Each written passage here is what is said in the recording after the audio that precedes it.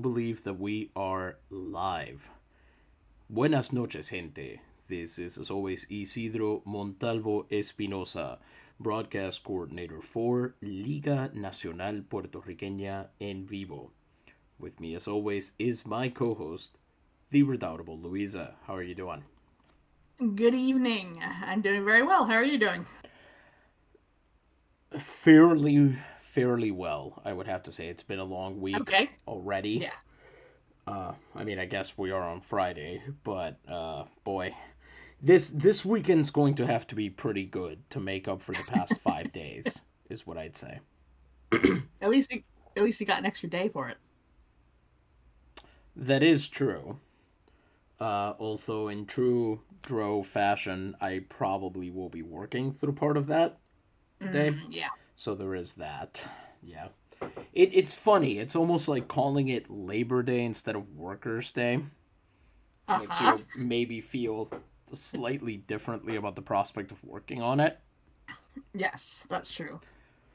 But we are going to put those thoughts out of our mind. We're not thinking about laboring today. We are thinking about baseball. Woo! Baseball. Baseball. And today is the first game of the Serie Interdivisional between, on our left in purple and turquoise, the Murciélagos de Camuy, and on our right in sapphire and gold, the Navegadores de Naguabo. Now, Luisa, I think you've seen both of these teams play. We've actually hosted a playoff game between them before. hmm What is your impression of the Murciélagos? They've been pretty hot lately, haven't they? Or at least they were in their last season. Like unexpectedly so. They were, and in the first playoff series that we broadcast between them, the Murciélagos actually came out on top, winning Game 7 hmm against Ted Balloon. Since then, both teams have revamped their rosters multiple times, and now we've got what we've got here. A couple years ago, it was unbelievable that Victor Sapien would be a starting shortstop on a playoff team, but here he is, which I think means there has been some kind of injury to their normal starting shortstop because I Oh. think he's supposed to be better at this. But nonetheless, the Murciélagos are aggressive. They have spent money on good free agents every year. I think hmm here you've got a couple of guys, Cedro Pineda, certainly Tadeo Ramirez, Roberto Gomez, Artemisio Cortez. These are guys that they've bought over the past 2 years and who have been incredibly productive for them. So this is a team that deserves to be here. They are third in runs scored and runs allowed in Liga Betances. They are made for the postseason. And I just realized T Patel 54 is here and says Spike Stonehand. What a legendary name. And it's true. Especially in baseball where Stonehands indicate inability to bring in the ball. The fact that he's one of the best defensive catchers in the league is kind of incredible. hmm And then on the right, we've got our Sapphire and Golden Boys, the Navegadores de Naguabo, who made it here after a 4 game, what they now call a gentleman's sweep of the Corsos de Yauco, Uh-huh. one of which, one game of which was incredibly entertaining. It had, as Stefan would say, everything. It had a balk. It had a home run. The next hitter, pardon me, got nicked and immediately charged him out. People got ejected. Pinch runners had to be called. Things were about to really pop off, and then our simulator crashed. We assume that that was some kind of disharmony with the way that things actually went on, and the simulator just kind of realized it too late, but still very annoying, and we're not happy about it. That reality became too chaotic and the time stream collapsed on itself. Exactly, yes. Uh, I should make a team of only Spike Stonehands. Oh boy. Well, this year's Spike Stonehand I would be fine with. Every other year's Spike's Stonehand would be rough for sure. Anyway, we should get on down to the field and check out what's going on. We're going to be here. Well, what do you feel like the team might do today or not? Because I'm leaning towards Camuy. I have to say, even though I saw the Naves are favored pretty much a lot across the board. I think. So the season series between these two teams went, let's see, 2-2. They split the series. Mm-hmm. Now, Everton Stack won his game. Ted Balloon won one and lost two. However, one of those games was the second game he pitched in a row. So he was exhausted. Mm-hmm. My hope is that with two pitchers that Camuy hasn't seen at all, and the fact that they actually banged up Damián Medina, the guy who's going to be pitching for Camuy tonight, quite easily in at least one of those games, I think Naguabo might be okay. Mm-hmm. I'm not going to say that that's definitive. Camuy could certainly win this game. They have proven an ability to stick in the playoffs, but I don't think they're quite the monsters that they were 2 years ago when these Navegadores were just starting out. Okay. These Naves, most importantly, their pitching, I want to say, is better, and their defense is, I think, more across the line better. I think that's what'll make the difference. Okay, well, I sure hope you're right. Makes two of us. Let's make sure we've got pitch by pitch mode going. And before we read out the starting lineups and throw our first pitch, we need to have a word from one of our most gorgeous sponsors. What are we talking about, Louisa? We're talking about the gorgeous Dr. Gonzalez and his wonderful wood tar liquors. Folks, 50,000 patients have been cured over 10 years with these elixirs. Chronic colds, rogue coughs, abundant chest discharges, asthma, bronchitis, and other respiratory ailments have all been cured by it. It helps with consumption and with bladder catarrh. That's inflammation. It purifies overhumored blood. If you're too excited, it'll calm you right down. And it whets the appetite for fattening. Important as we get into colder weather here. Not to be confused with other Dr. Gonzalez wood tar liquors.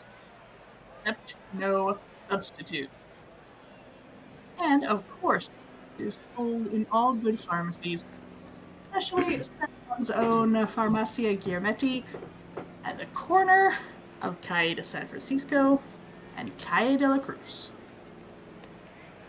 Thank you very much, Louisa. It is now time to read the starting lineups. First, for the visiting Murciélagos de Camuy. Leading off and playing first base, number 25, Tadeo Ramirez. Batting second and playing center field, number 10, Roberto Gomez. Batting third and playing second base, number 20, Cedro Pineda. Yes, that's right. The man is named after cedars and pine trees. Wonderful. Also, his nickname is Kodak, which I think is incredibly anachronistic. He's Mr. Worldwide. Yeah, that's right. Picture that with a Kodak. Yep. Do we have to pay him royalties now? Probably. He'll collect. He'll send us some type of, I don't know, a bill for it. No, I'm sure he will. It'll have his face on it and everything. Mm-hmm. Batting fourth and playing the designated hitter, pardon me, number 42, Artemisio Cortez. Batting fifth and playing right field, number 40, Santiago Romero.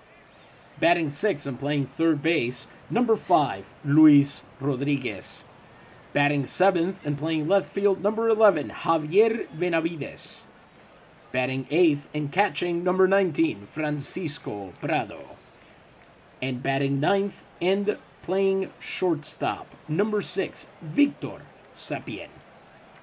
And now, actually, pardon me, I always forget this part. Pitching for the Murciélagos de Camuy tonight, number 59, Damián Medina.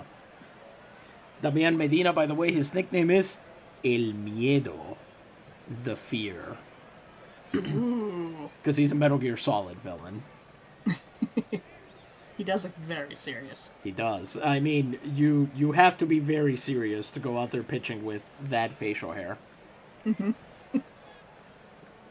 He's always primed to yell at somebody about it. Yeah, that looks like the shave you would get if you just wanted to be angry all the time. You know that guard? Now here's the thing from infomercials. You know that plastic guard you could hold in your mouth that's supposed to help you know how to trim a perfect goatee? Yep. If you wore that opposite somehow and only cut within the inside, that's what he's got going on. Exactly. Just very strange. Maybe that's supposed to scare people. Maybe that's the point. It's working. Sure is. T-Patel54 says he's not afraid at all, so we're going to try to emulate that in the booth. However, very brave. The starting lineup for the Navegadores de Naguabo, leading off and playing first base, number 16, Rob the Grackle Feaster. Batting second and playing left field, number 37, Vidal Santiago El Barbero. Batting third and playing shortstop, number 6, Benigno Benji Valdez. If you put his patch and Damián Medina's hair together, you'd have a full-fledged beard. No mustache, though. It's a very Abraham Lincoln kind of beard. Yes. Batting fourth and playing right field, number 56, Frank Diablo Rojo del Castillo. There's the mustache. Asked it. Yeah. Now we got it. They just need to join together Voltron style. Exactly. Batting fifth and playing second base, number 11, Jacques Centu. Batting sixth and playing third base, number 12, Wally Balk, the human ripcord. Batting seventh, the designated hitter, number 4, the font of wisdom himself, Etaoin Shirtlu. And that is a joke for no one who is currently listening to this. I appreciate it. Batting eighth and catching, well, you're the type to. Yeah, I get it. Let's knock off early. Let's shut the whole thing down now. Batting eighth and catching, number 0, Spike Stonehand. He doesn't need a nickname. Look at that. And batting ninth and playing center field, number 27, Graham Ham Underwood. Woo! What's up with that noise, Louisa? Why are we making that noise about Ham Underwood? Boy, right here, folks. This is your boy. This is your guy. Yes, folks. If you join the LNP's Discord, if you join the supporter group, you get to design your own player. And I have joined and I have designed this man right here, Graham Ham Underwood, and I love him. He is a very good center fielder. You should love him, and every Navegadores fan loves him too. He actually just won Ilustre for the previous series. I don't have the exact numbers on how well he hit over that course of games, but he did quite well. I also know he had a game where he stole 3 bases. Oh, I love that. That's my favorite thing. Indeed. He's one of the fastest guys in the entire league, and on top of that, plays a mean center field. We've gotten to see some defensive highlights from him. Hopefully we'll see some tonight. Pitching for the Navegadores de Naguabo tonight, it's number 3, Everton Stack. Everton Stack from Montego Bay in Jamaica. He is currently, these are not the postseason stats, he has pitched 17 innings, 2 wins, no losses. ERA of 1.06, that's 2 earned runs, allowing a total of 8 hits, 14 strikeouts to just 3 walks. Everton Stack throws a fringy fastball that he throws way too often, followed by a curveball sinker in his money pitch, the splitter.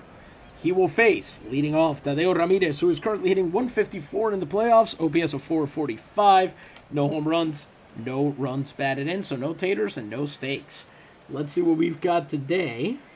We've got clouds and rain in the forecast, so it's November in, well, it would be November rain if it fell. Yeah. Remember that video? Jumping through a wedding cake? Yeah. It's definitely November rain, or pardon me, it's November in Naguabo. Attendance is 4,667. Again, I'm fairly certain this ballpark holds 3,000 people. Could they, this is an actual question, could the game have decided to make the stadium bigger without telling you? Entirely possible.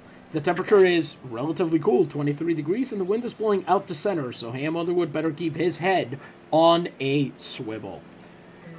Let's get things underway with a starting pan. As we can see our Navegadores de Naguabo in their beautiful sapphire, their home uniforms. And we zoom in. Everton Stack, who was 32-7 during the regular season. Earned run average 1.01, which led all of the Liga Nacional Puertorriqueña. And Ramirez fouls off the first pitch, a sinker. 0-1. We are underway here. Stack with a second pitch. Ramirez fouls that one off as well. Stonehand, for some reason, feels the need to try and catch that one. It's a fastball, but he can't get it. So it'll be 0-2. Ramirez already in the hole. Let's see if Stack can finish him off. Am I seeing Argyle socks? Those are very sharp. Yes, you are. Nice. And Ramirez goes down swinging on 3 pitches with a curveball inside. Beautiful pitch painted right on the corner from Everton Stack. Let's take another look at that. Boom! Mm-hmm. Gave him the hook. Nice. Good start. Next up, it's Roberto Gomez, who's currently hitting 200, OPS of 459. No home runs, but 1 run batted in. If Everton Stack can set the bases early in this ball game, we should have, Naguabo should certainly have, a relatively easy time of it. Fastball misses inside, and that's ball 1. Famous last words, though. Mm-hmm. Fastball misses low. Close, but low enough. 2-0 now. A Stack tries to get back into this AB with a low sinker. Gomez lets it go by. He's got the ability to. He's got a strike to play with, and it's strike 1. The 2-1 pitch from Stack. Gets it right on the corner. A fastball. That wasn't in the zone. No. Umpire just decided to give it to him. Oh, boy. Well, all right. It's a 2-2 count. We are the broadcast. We are the baseball broadcast for those of you who feel that umpires should get made fun of more in real time. Mm-hmm. Yeah. Those are us. We're those people. I like to think they can hear us and they can't do anything about it. They're just out there getting madder. Exactly. 2-2 count, and that is going to get through Rob Feaster at first. Luckily, Franklin Castillo with a long run holds him to a single. That'll put a man on and 1 out for Cedro Pineda. You may remember, Cedro Pineda was a real thorn in the side of the Navegadores the last time that these two teams played a game, which is what you would expect from a man who is named after 2 trees and is wielding a 3rd tree in his hands. Mm-hmm. However, so far he's been bottled up in the playoffs. He's hitting just 3 for 24. That's an average of 125 with an OPS of 491. No home runs and 2 runs batted in. Gomez is almost certainly going to steal. Stonehand's arm has not been as good as normal during this postseason. So we'll have to see if they're able to trick him into getting himself thrown out and getting Everton Stack that second out. Stack throws over to first to keep him close, and then throws over to first again to keep him close. Gomez isn't going to fall for that. You can't just do that. There's a throw to the plate, and Gomez will be back. That fastball misses outside, 1-0. You know he wants to go. He does. Second pitch, way high with the sinker, 2-0. Stack starting to lose the zone a little here. That is flown out to foul. Down the right field line. A fastball that time. 2-1. Let's see if he can continue this at bat a little bit better than he did last time, as that's going to foul the other way. 2-2 now.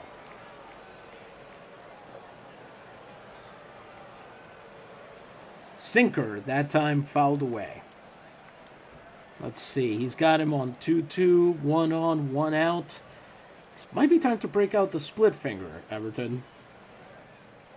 That would be nice if he tried a different pitch. Swings on that, and that's going to be another base hit. 2 in a row for the Murciélagos, as Frank, as usual, takes way too long getting rid of the ball, and it'll put runners on the corners as Gomez is able to go first to third. The throw ends up wide, and now Stack's got men to deal with on 2 bases with just the 1 out. Promising first inning, spiraling away from him here on soft contact. I have to blame you for saying that things were looking pretty good. Fair enough. Artemisio Cortés, the designated hitter, steps in. He's hitting .208, OPS of 573, no home runs and 2 runs batted in. Runners on the corners and 1 out. Stack could really use a cheap out here, as he misses with a curveball, 1-0. See, these edge pitches are not helping. Breaks out the splitter and gets a swinging strike inside. Imagine that. 1-1. And then misses even more inside with a sinker. 2-1. I don't understand this game planning, is the thing. Yeah, it's messy. 2-1 count. Misses inside with a fastball. It's 3-1. I get what he's trying to do. This is not the best way to go after it.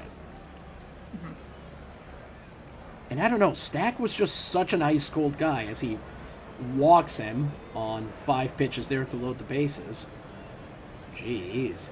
He's normally such an ice-cold guy that this is very surprising to me. Up comes Santiago Romero, who is actually a bit of a danger in the postseason. 269. Nice. OPS of 810, 1 home run, 3 runs batted in. One of the better hitters they've had in the postseason. Bases loaded and 1 out. Let's see if he can at least limit the damage here, as he once again misses inside with the fastball. 1-0. Do you think you might pull him before this is his game? Maybe. If this were a 5-game series, I wouldn't have trouble doing that. But it's a 7-game series, so at some point we're probably going to need all 4 of our starters. Ah, I see. 1-1 count. Fouls that one off as well. This is promising. He's making contact, which means there is a chance here to strike him out. Fastball, curveball, and curveball. Let's see what Stack does with a 2-strike pitch. That is flown out to right field, but that's going to arc foul, I think. And sure enough, it does right there at the line. We stay at 1-2 as Stack past 20 pitches now. Misses outside with a splitter, 2-2, and the circus continues. Misses again with the fastball this time. With bases loaded, 1 out, and a walk bringing a run home, just not pitching anywhere near the zone right now. All right, then. That brings us to a full count, and here's the 6 words everyone loves to hear during a ball game. This will be a payoff pitch. Woo! Romero pops that one up. That might be the cheap out Everton Stack needed, as Valdez has it on the 1 glove and they can't move the runners. It's an infield fly. So it'll be out number 2, and now he'll face Luis Rodriguez. And remember how I said Romero was one of the best hitters they've been able to put out there? Yes. Luis Rodriguez is the best hitter they've been able to put out there. He's 9 for 22, which is an average of 409. OPS of 1045, 5 runs batted in. Wow. So Stack, with the bases loaded and 2 outs, faces currently the hottest hitter in the opposing lineup. Ooh. Here we go. He just needs that 1 out, though. Flown into right field. Looks like it's going to land foul, though. Sure enough, it does. Crowd hates it. You really got to respect. I like that the crowd is sort of... The left field bleachers are mostly Naguabo territory. The right field bleachers are heavily Camuy. Yeah, that is good. It's a fastball in there, strike one. Misses just barely with a splitter there, 1-1. Gets the swinging strike on the fastball. 1-2. Stack could get out of this yet. Big pitch coming up. He got him! Swinging strike to get out and strand the bases loaded. Misses. You are killing me here. A fastball. 2 hits, 1 walk, no runs. That is an ace. Wow, that was a little touch and go for a minute there. We've already had some high drama here in the top of the first, and now let's see if the Navegadores can give us any more of that as they step to the plate against Damián Medina. If you thought that Everton Stack's record in the postseason was fearsome, allow me to give you El Miedo. 27 innings pitched, 3 wins, 21 strikeouts to 3 walks, 2 earned runs, the same as Everton Stack allowed in 9 more innings. ERA of 0.67. Oh boy. Damián Medina throws a fastball, slider, and sinker, but his changeup and his splitter are his money pitches, and those are 2 very good money pitches to have. Against him, the Navegadores sent to the plate Rob the Grackle Feaster. He's 6 for 30, OPS of 473, RBIs of 5, and no home runs. Let's see if Medina will set the tone for this game easily. During the regular season, he went 29-12, 1.89 ERA, as Medina there misses with a sinker in the dirt, 1-0. Rob Feaster has a 133 average and 15 at-bats against Medina, as the changeup misses low as well, 2-0. Feaster normally a bit of a walking threat, but he's been held to a 273 on-base percentage during the postseason. As he fouls off that sinker, 2-1.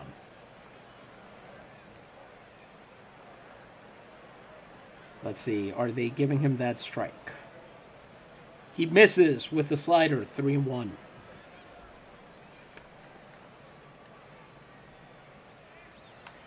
Feaster lines one into center field, and hey, stop me if you've heard this one before. A pretty hard hit ball, line drive into the outfield, is caught on a beautiful running catch from the opposing center fielder.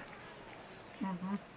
Santiago Romero there in plenty of time to haul it in, and it's out number 1. Oh, very good. Vidal Santiago comes up next. He's had a very tough postseason. 5 for 31, average of 161, OPS of 470. No home runs and 3 runs batted in. But against Medina, he's hitting over 300.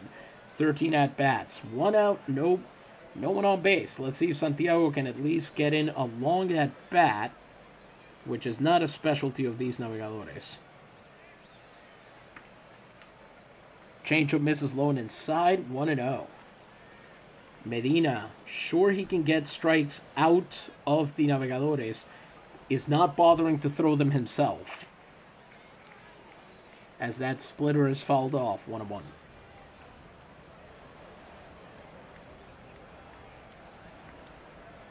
Santiago takes a slider down low, and it's 1-2 now. Let's see if Medina can finish him off on this next pitch. And he got him. Prado drops the strike and has to throw to first, which he does easily. Santiago not exactly the fastest runner in Naguabo, and that will be a 4-pitch first strikeout as he swings through a sinker that nearly hit the dirt. That's pretty wild to swing for that one. Mm-hmm. Benji Valdez comes up to bat. He's 7 for 27 in the postseason, an average of 259. On-base percentage of 344, OPS of 862, no home runs, and 3 runs batted in. Damián Medina not even at 10 pitches yet. I don't like that. This says Benji Valdez's 293 batting average has put a little hip-hop in his step. Ugh, no, thank you. Before he lines to Pineda, who again is there to snare it. Naguabo gets nothing across in the first inning. And we head to the second. It's still scoreless. I'm starting to come around to your way of thinking on this game, if I'm being honest. Well, the fact that you're saying that is making me think maybe we need to have a little more hope. It's only the first. Mm-hmm. They could turn it around. I know I'm not confident, but it could happen. It could. And if they do, it will be largely in thanks to Everton Stack, who worked his way around the 2 hits and a walk he allowed in that first inning to punch out Luis Rodriguez with the bases loaded and get his second strikeout. He now faces left fielder Javier Benavides, who is hitting .304 during the playoffs. OPS is 675, no home runs, 9 runs batted in. But in 4 at-bats against Stack, has yet to get a single hit. Let's hope his luck holds here, as Stack gets the strike call on this low sinker. 0-1. Swung on, hit to Valdez, picks it up, throws to first, and that's a ground out. Exactly what the doctor ordered for Everton Stack. 2-pitch ground out. That's what he needed. He now faces catcher Francisco Prado, who is hitting 3 for 23. That's an average of 130. OPS of 297. 2 runs batted in, no dingers. 1 out, bases empty for Prado. Fastball is in there for a strike, 0-1. Fastball misses inside, 1-1. Swung on and fouled down the right field line. The Castillo will watch it hit the grass there. Oh, I thought it was something tall, like a hedge. 1-2. I mean, I guess it could be. Yeah, bamboo, perhaps. Swung on, lifted down the left field line. Looks like it's going to go foul as well. I think bamboo would have a slightly different texture, but I do wonder what that could be otherwise. Yeah. So we'll stay alive. It'll still be 1-2 after that one. Let's see what Stack's got in the bag of tricks here. Ay, another foul ball. Fastball, curveball, and sinker have all been fouled off by Prado, who shouldn't even still be in this at-bat. Mm-hmm. As he misses inside with the splitter, 2-2.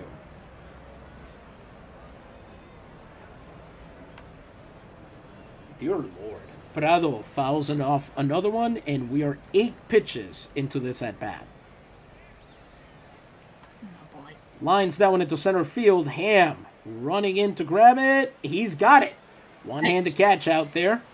No problemo. Victor Sapien steps up. He is currently 7 for 22. That's an average of 318. OPS of 864. No home runs, 5 runs batted in. And he should enjoy this because during the regular season, he hit literally 200. Right on the Mendoza line. Which, a lot of people, first of all, those are sharp purple sneakers, sir. Yeah, I love that. Especially with those socks, works great. Second of all, one thing that we've used the phrase the Mendoza line here, and for anybody who's unaware, the Mendoza line is named after shortstop Mario Mendoza, and the point there was supposed to be that Mendoza only hit around 200, but he was so good defensively that it made up for that. You might call it the Sapien line in the LNP. He hits only 200, but he's a very good defensive shortstop and defensive infielder in general. So if he hits 200, that's fine. See, that makes it less fixed for me, I think, because then it depends on how good they are at the fielding. Like how good they are, they have to be at fielding to make them still worth this number at batting. Mm-hmm. So that would change. The X and Y axis can move there. I think, yes, for sure. I think you could also get interesting with it because you could say, for example, the Romeros, who are playing in the other game today, they've got Travis Lauzon on their lineup. Now, he hits under 200, and he's not a particularly great fielder, but he's valuable because he hits home runs. Okay. So there's a point at which, if he hits under 200, but he hits 40 homers a year, you might take that trade-off. Wow, it's very complicated. 1-0 count. Sapien there so far, not swinging. A fastball and a sinker both miss outside, 2-0. And then he misses again with the fastball. Nobody is making you do this. You are making your own bet. You think with all his relying on the fastball, he would get better at it? It's a hitter's count. Let's see if Stack can at least pump one into... Yep. He at least gets the gentleman's strike. Fastball right down the middle for strike one. Let's see if he can at least get back into this at-bat. Well, all right then. He gets a swinging strike on another fastball. Nice. Brings it to a full count. This will be a payoff pitch. Woo. Got him! Yes! Everton Stack gets another strikeout on the curveball and retires the side. This time, no runs, no hits, no errors, no one left on base. Let's see what the middle of the lineup, the Heartsmen, can do against Damián Medina, who is now 1 inning, 10 pitches into this, with 1 strikeout. Frank de Castillo will step up first. He's currently hitting .250, OPS of 715, 2 runs batted in. Frank led Liga Betances in runs batted in with 110, as that changeup misses outside, 1-0. And he was ice cold at the beginning of this year and at the beginning of the postseason, if we're being honest. As De Castillo fouls that one off down the right field line, a splitter, and he makes contact, but not particularly good contact. 1-1. He's been good for surprising flashes of power and great games every so often, but most of the time this is kind of what we see from him in the early innings. Chops one to Pineda at second, who sends it to first, and De Castillo will be out. Out number 1, bases will remain empty for the Centurion, who is so far the linchpin of the Naguabo offense in the playoffs. He is hitting .423. Ooh, nice. With an on-base percentage of .500, an OPS of 1115, 1 run batted in. Bases remain empty with 1 out, as Medina is at just 13 pitches. Centurion watches the changeup miss low outside, 1-0. Hits that one hard, hits that one into right field. That'll be down for the first hit of the Navegadores, and I think their first base runner overall. As the crowd congratulates Jacques on breaking up the very fetal no-hitter. Nice. Up comes Wally Balk, who's actually doing okay so far, hitting 6 for 27 in the playoffs, OPS of 609, no home runs and 5 runs batted in, and you might say hitting triple twos is not that good in the playoffs, and I would point out to you that Feaster and Santiago are both hitting under 200 as its stone hand. Oh boy. So he actually, on this current lineup, ranks, let's see, Centur ranks first, triple fours, then Underwood, 385, then Valdez, 250, then De Castillo, 241, then Shirtlew, 238, and then Balk, 222. So he's in the bottom half, but he's the best of the bottom half. Good for it. With 1 on and 1 out, let's see if the human ripcord's got something to give us here. Splitter lands inside for a strike. 0-1. Medina attempts to pick off the first and Tour back in plenty of time. 0-1.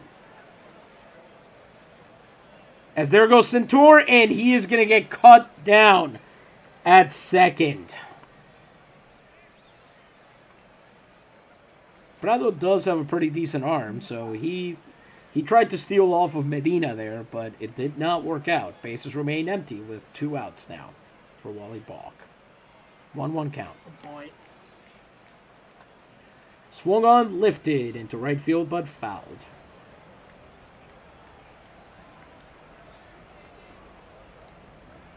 .18 pitches for Damián Medina here. Swung on and hit down the third baseline. Luis Rodriguez coming on, has it, throws to first, and the inning is over. They'll get a hit, and that's it. As we head into the third, it's still a scoreless tie. This feels like a game one very dumb run is going to decide. Mm-hmm. You know, like 2 errors and a hit by pitch or something like that. No, don't will that into existence. Everton Stack takes the mound. 45 pitches over 2 innings with 2 hits, 1 walk, and 3 strikeouts. And he will face Tadeo Ramirez. The Camuy lineup has already turned over. He is 0 for 1 on the day. Wow. Ramirez, of course, struck out last time, and this time improves on that performance by watching that sinker go by, 1-0. Ramirez hits that one hard into right field. That's going to fall in front of Frank de Castillo, who dives for it and smothers it.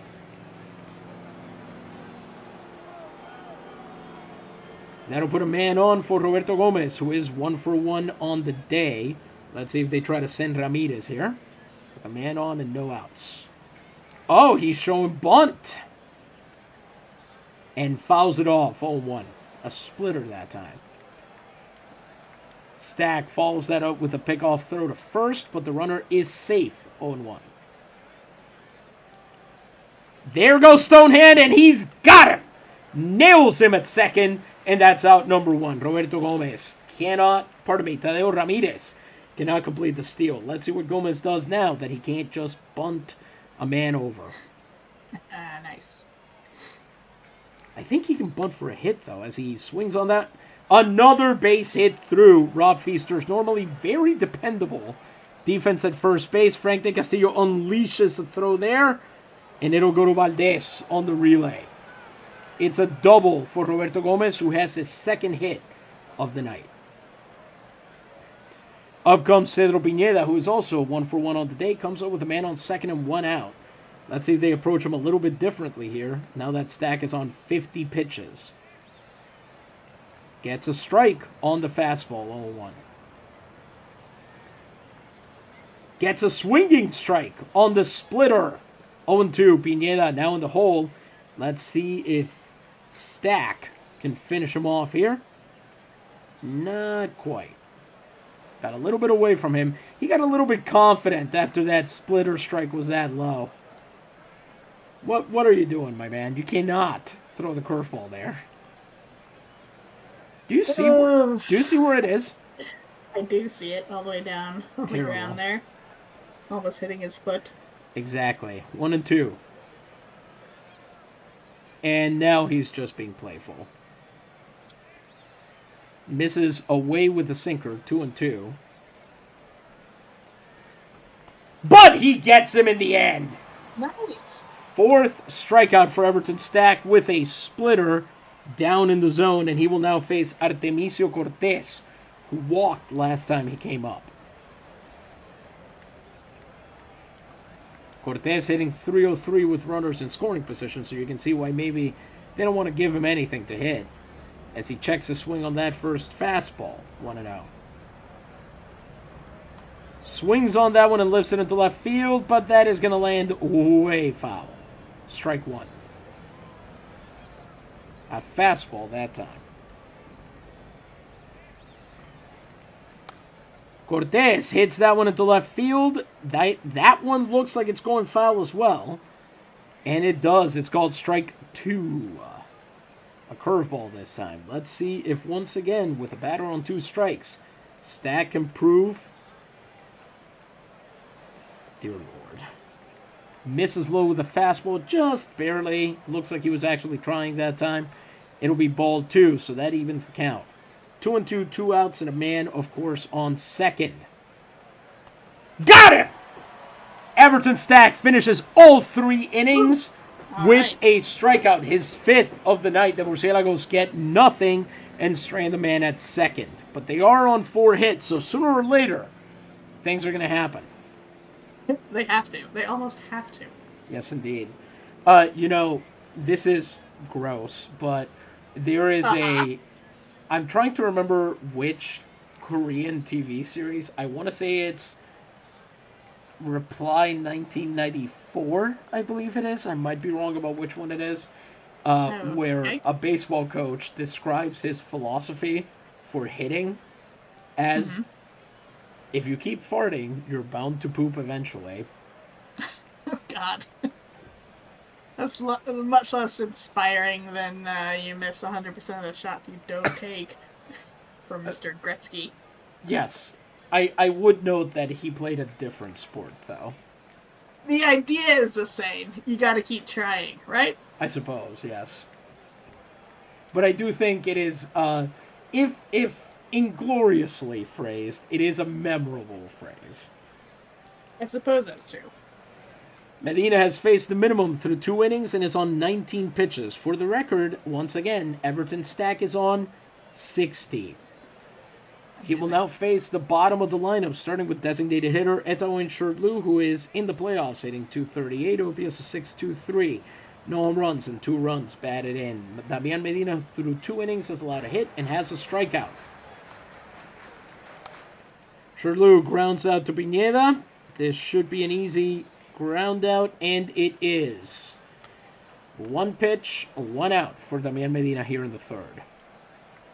He now faces Spike Stonehand, who is hitting .424 of 22, average of 182, OPS of 5.23, no home runs, 2 runs batted in. Stonehand this year had a complete offensive makeover, walking a lot more often, striking out a lot less, making better contact as that sinker misses inside 1-0. But he is subject to the same malady as every other Naguabo hitter, which is the quick trigger. Yeah, that's really a shame. And sure enough, Gomez has no problems getting to that changeup as he golfed it into center field. 3 pitches and 2 outs, and now it's Ham Underwood's turn.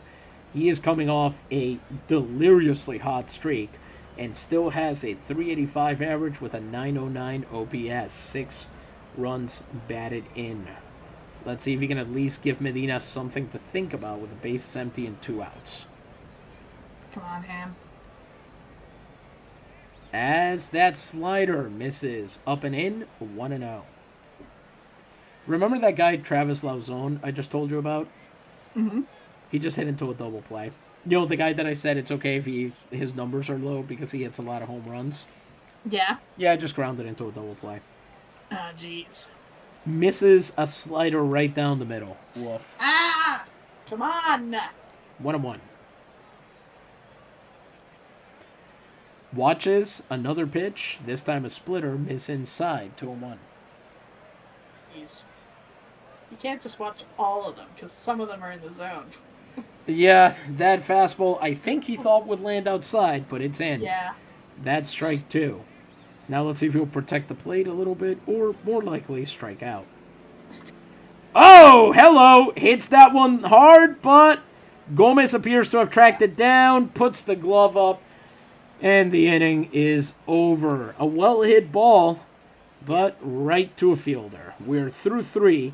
Naguabo has so far not managed to get anybody past first base. Damián Medina has faced the minimum through 3 innings, and when Everton Stack comes back up, he will have thrown 20 pitches per inning, whereas his opposite number has thrown something like 25 over the course of 3.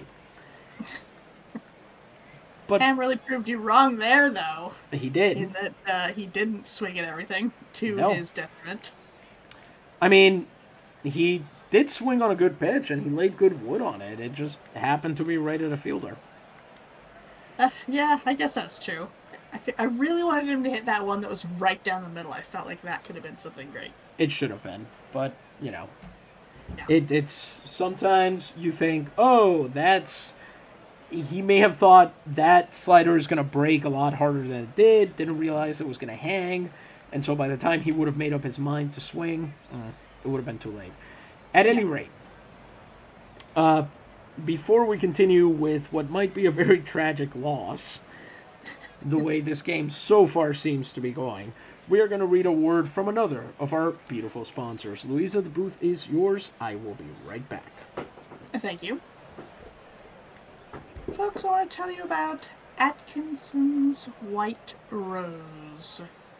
This is an exquisite perfume, says Her Royal Highness the Duchess of York. It's as soft and sweet-smelling as a rose itself. This one's unattributed. It's the most delicious of perfumes, Atkinson's, the only real and original one. Atkinson's English perfumes are extremely superior to others. They employ real, natural scents, actually extracted from flowers, and not artificially manufactured as many others are with chemical products. You know about those. Such as Opoponax, Frangipani, Essence Bouquet, Heliotrope, and Jockey Club, and all other fashionable scents. Do not trust imitators. Authenticity verified by the label and the factory mark of the White Rose. Sold at all perfumeries, manufactured by J&E Atkinson, 24 Old Bond Street, London, United Kingdom. As always, when we talk about old perfumes, I really wonder what it smells like. I mean, obviously, we assume rose, but I wonder if there's any other floral scents in there as well, or if it's just rose. And even then you get kind of different qualities of rose perfume, don't you? Because dried roses smell completely different from fresh roses, if they're able to press that oil quickly enough. So yeah, I wonder.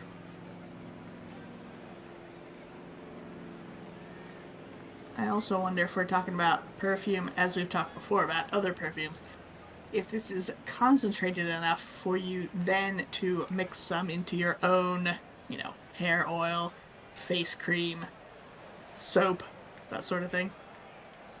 Or if this one is just for wearing. I don't know if they had atomizers yet at this time. 1800. I think they did. Those are a very handy invention to not douse yourself in perfume when you're trying to put it on. A nice atomizer, just give a little spritz, get that fine mist of perfume.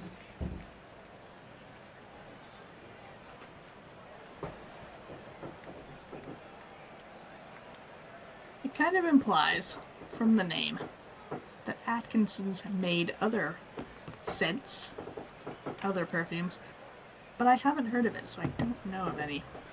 Yes, but the special thing about the White Rose perfume is that if you bought that one, then you could be inducted into the Secret Resistance Society, against the I presume British government at the time. What? The White Rose was often a revolutionary. White flowers were often a revolutionary symbol. Oh, I thought you were going for a War of the Roses thing, and I'm like, you're talking about York or Lancaster? That's a good point. In Britain might be the one place that you couldn't do that. Yeah. Although I can never remember which one is which, or who won, although they both kind of won, because of the bloodlines and all, but yeah. White Rose isn't the White Rose York, because that's who George R. R. Martin based the Starks on? See, I can't remember that either, so I don't know. I guess. I mean, the names, that's why the names rhyme and all that, but yes.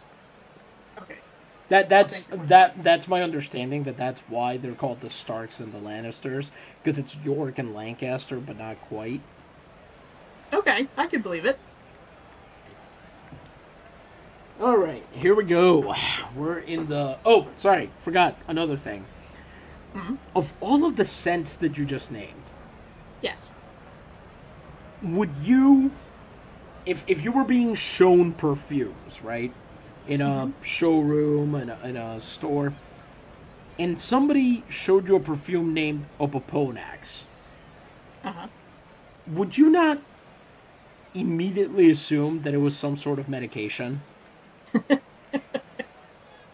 I really really wonder about that word. I'm going to have to look it up.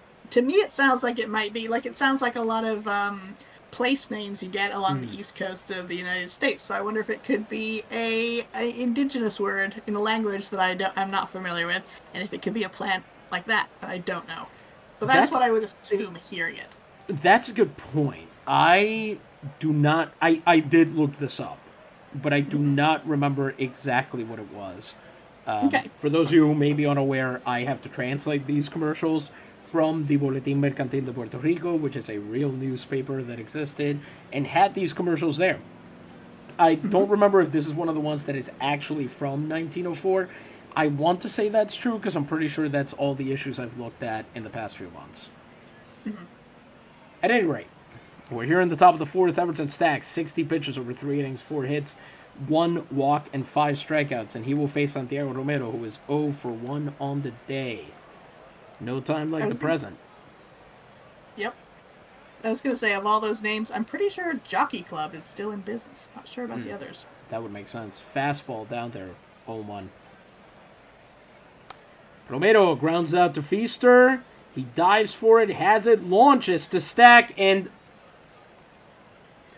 whatever the opposite of a defensive masterclass is, Rob Feaster has been putting it on during this game as he misses the throw to Stack and puts a man aboard. Oh, boy. Man on with no outs for Luis Rodriguez, who is 0 for 1 on the day. You'll remember Luis Rodriguez struck out with the bases loaded last time, which is the kind of thing that tends to make a hitter lose his confidence, as he fouls off a fastball well under the zone, 0-1. Fouls off that one as well. Another fastball, 0-2 now. And he can't quite get him to bite on the curveball low and outside, 1-2. You can see why. He threw it right near that fastball, figuring Rodriguez would try and swing at anything over there. But it will be ball 1. Let's see who Stack him. He grounds out to Balk. Balk has it, throws to second for 1. They are not going to go for the double play, but it's still 1 out. Centaur was... Luckily, looks like his uniform got caught a little bit on the slide from the runner, but he's fine, so he'll stay in. 1 out, man on first for Javier Benavides, who is 0 for 1 on the day. Stonehand cuts down Luis Rodriguez at second. I don't even know what the hell.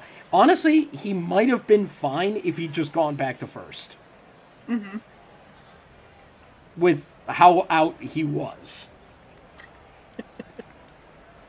Yeah, sometimes you gotta cut your losses.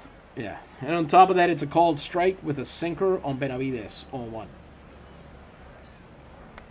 Swung on, lifted into right field. Frank de Castillo watches it fall foul.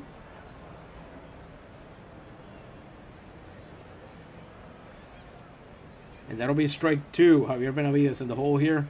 Let's see Stack and finish him off. Not quite. Splitter falls way outside, 1-2. Swings on that one, lifts it into right field. De Castillo dives for it. Does he have it? He did! He caught it! One-handed rushing grab, and the Navegadores get out of it on 10 pitches. Whoa, amazing. Let's take another look at that. Lined into right field. De Castillo maybe misjudged it a little bit. Then shoestring catch. Amazing. To retire the side. Beautifully done. And that's the guy who's fielding I Know You Hate. And then I got off the bus. For the moment. We might be getting back on the bus later. In the bottom of the fourth, Rob Feaster will lead it off again against Damián Medina, who is through 3 innings, having allowed a hit and a strikeout. Rob Feaster is 0 for 1 on the day. Lines that one foul. Spanked on a slider. 0-1. Feaster had managed to get to 200 and then dropped below it again. Slider down in the zone, called for strike 2. But then Medina misses with the fastball, 1-2. Playing a little bit with Feaster, trying to see what he will swing at. And he got him. Second strikeout of the game, For Medina, he swings right through a sinker on the outside. Up comes Vidal Santiago, who is 0 for 1 on the day with the bases empty and 1 out. Santiago watches a slider. Not quite right down the middle, but close. 0-1. Makes contact, and it's up the middle. Vidal Santiago has the second base hit of the game for the Navegadores. He'll be on first with 1 out for Benji Valdez, who is 0 for 1 on the day. That'll be a great time for Benji to put on his superhero cape. As Medina attempts a pickoff throw, Valdez back in plenty of time. Pardon me, Santiago back in plenty of time. The slider misses low and inside, 1-0 to Valdez. Trying to get that double play ball as he limits Santiago's lead. With another pickoff attempt there, 1-0. Misses inside with a splitter, 2-0. Strike is called on the fastball, 2-1. Grounds that one foul, 2-2 now. Medina knows he's got the luxury of working with several pitches. He's, 33 behind his opposite number. So he can afford to waste a few. Yeah, exactly. Pops it up. Is that going to fall foul? Sure does. That lands on the foul side of the line. And so he'll have a little more life in this AB. 2-2 now. Another pickoff attempt. Splitter misses outside. What a take from Benji Valdez there to watch it fly by. Medina's 40th pitch here as Valdez gets ready with a man on first and 1 out. Full count. This will be a payoff pitch. Woo! Here we go. No, it won't. He fouls that one off. 8th pitch of the at-bat coming up. Medina now at 40 pitches. Got him! 3rd strikeout for Damián Medina. Long battle, but Damián Medina wins this one on a sinker. And now let's see if Frank de Castillo can get anything done. During the year, he had a very hard time with Medina, batting 105 in 19 at-bats. He is 0 for 1 on the day. 2 outs and a man on first. As the sinker misses outside, 1-0. Misses with a slider inside, 2-0. De Castillo checks his swing and gets the hitter's count. And it'll now be 3-0. Let's see if Medina goes for the gentleman's strike here. He does not. De Castillo will take his base, and that's a walk. The first of the game for Damián Medina. 2 on with 2 outs for Jacques Centur, who is 1 for 1. He was responsible for the only hit before this inning that the Navegadores have managed. In fact, the only base runner. Let's see if he's got a little more French magic in him. A little more magique. Sure. 2 on, 2 out. No, he doesn't. Grounds out to first on 1 pitch. Medina catches it, and he's out. 1 hit, a walk, and no runs. We are through 4. It is still scoreless.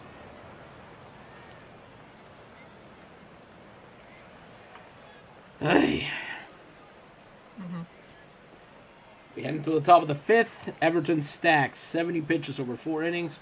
4 hits allowed, 1 walk, 5 strikeouts, and somehow no runs. Your guess is as good as mine as to how that's possible. He's going to be facing Francisco Prado, who is 0 for 1 on the day. First pitch to Prado is a fastball low, 1-0.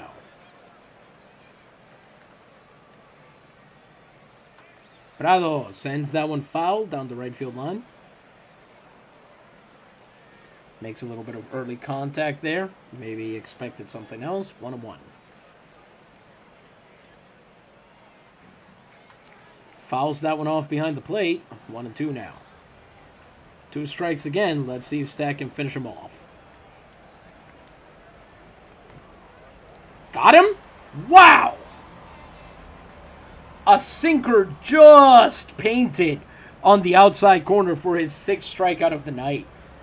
Amazing. He will now face Victor Sapien, who is 0 for 1 on the day. Base is empty and 1 out. Sapien watches that curveball go by. It's strike 1.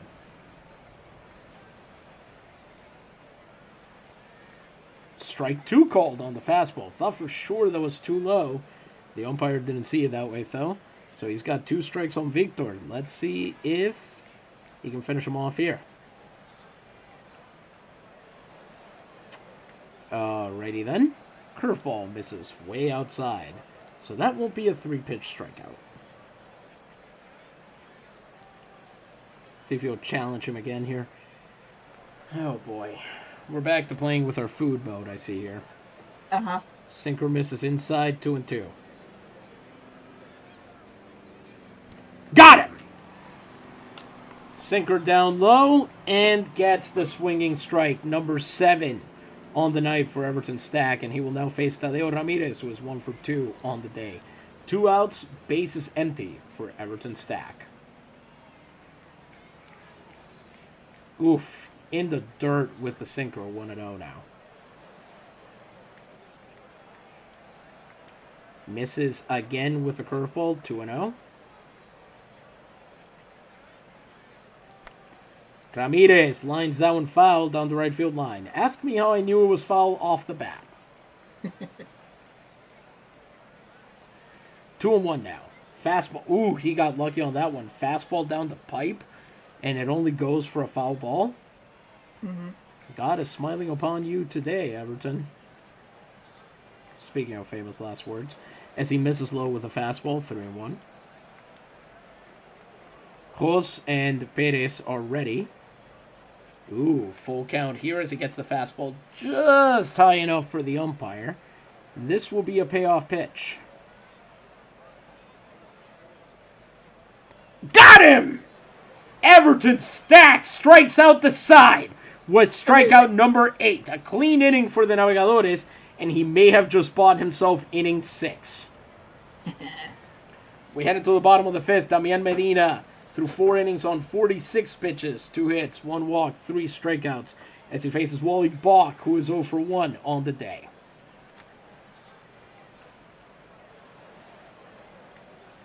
Bach watches that one inside. Are they going to call it a strike? No! Slider misses. Ball 1. In the other game, the Romeros have just scored. Eduardo Alanis grounded into a double play, and Marcos Arias still made it home on that. Amazing. There are currently 6 hits to the Termares' 1. Incredible. 1-0 count. That fastball... Are you kidding me? Do you see that? Do you see where that pitch number 2 is? Here, hold on. I'm confused. It seems to be right over the pitch that was called a ball. In fact, if anything, it's more outside of the zone. Yeah, it's eclipsing that other pitch. This is ridiculous. Umpires back in the day, man. You could fail a sobriety test and be an umpire. Now, let alone then. I guess to be charitable, back then no one could see what we are seeing. Mm. You just had to go on the umpire's word. But here's the thing. It would be one thing if the ball had been a fastball and this were a slider. But the fastball is the one he missed the call on. You know, the straight-on pitch. Yeah, that is a good point. Anyway, 1-1 count. Oh, that's a ball? Interesting. 2-1.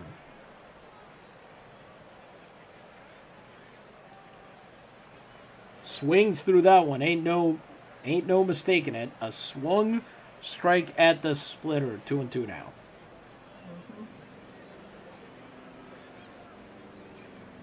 Unbelievably, he... I'm just going to quote the play-by-play on this one. He is high with it. I mean, I guess so, yeah. Wally Bach works a full count. And, yeah, people don't know this, but that was actually the original draft of the, what's his name? Tal Bachman song? Is that who did She's So High? Yes, it is. Yeah. The original one, the original version was called She's High with It, and it was about her pitching softball. Because, by the way, if you have never seen televised fast pitch softball, it looks like they're... I mean, they sort of are, but it looks gravity defying in a very cool way. Like, your eyes have to adjust to the way they're throwing. If you're a baseball fan, you're used to pitches going downward, but they're throwing underhand. And so for a second, your eyes kind of go like they skip frames a little bit until you get used to it. Interesting. I wonder how it would look to me as someone who doesn't watch enough baseball to know what that would look like. So. In the meantime, we've got a payoff pitch, and it's overhand. Did he get him? No! It's a balk walk. Nice. He's the balk of the walk. He sure is. Makes it on base. It's Damián Medina's second walk of the game, and he will now face Etoin Shirtlu, who is 0 for 1 on the day. Man on first and no outs. He grounded out to second last time, and seems in a hurry to do it again as he fouls off that slider 0-1. Splitter misses away. 1-1 now. Fouls off what definitely would have been ball 2. Yeah, he's a little too trigger happy. A sinker inside and high. 1-2 count. Maybe just kind of defensively swinging there. He hits that one into left field. Looks like it's going foul, though. You know what? At this point, just make him waste pitches. It does. It lands foul. 1-2 now. Barely. And then Medina misses again. Low for the ball with a fastball. 2-2. Got him! Medina gets his 4th strikeout as Shirtlu chases a changeup low and in. That'll put him up against Spike Stonehand, who is 0 for 1 on the day. Last time up, Stonehand flew out as Medina misses low with the slider. 1-0. Stonehand pops up, maybe foul out. Did he catch it? Nope, it goes into the audience. 1-1.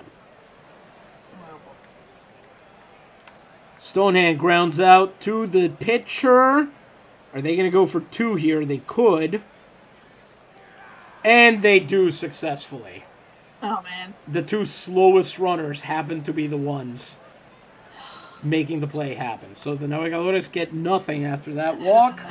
And we are through 5. It remains scoreless. You know, someone's going to have to bring in a run. Someone will have to. That's the law.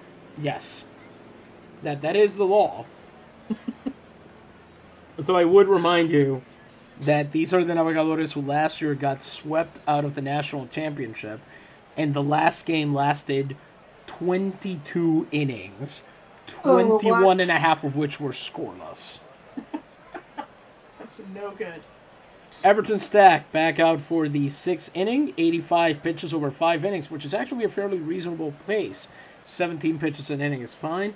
4 hits, 1 walk, 8 strikeouts, no runs. He faces Roberto Gomez, who already has 2 hits on the night. He had a double to right field last time, and he wants another one as he fouls that fastball off. 0-1.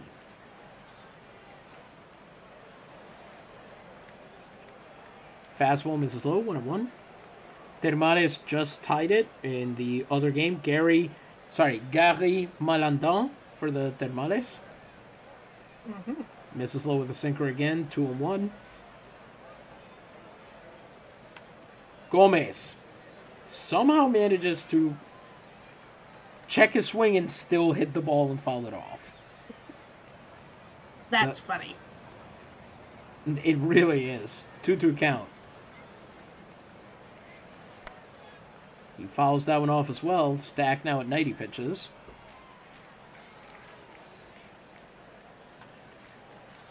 Pops it up foul, but it goes into the audience, I believe. Stonehand staring down the audience members. Just, here, I know one of you has it. Give it back to me. Yep.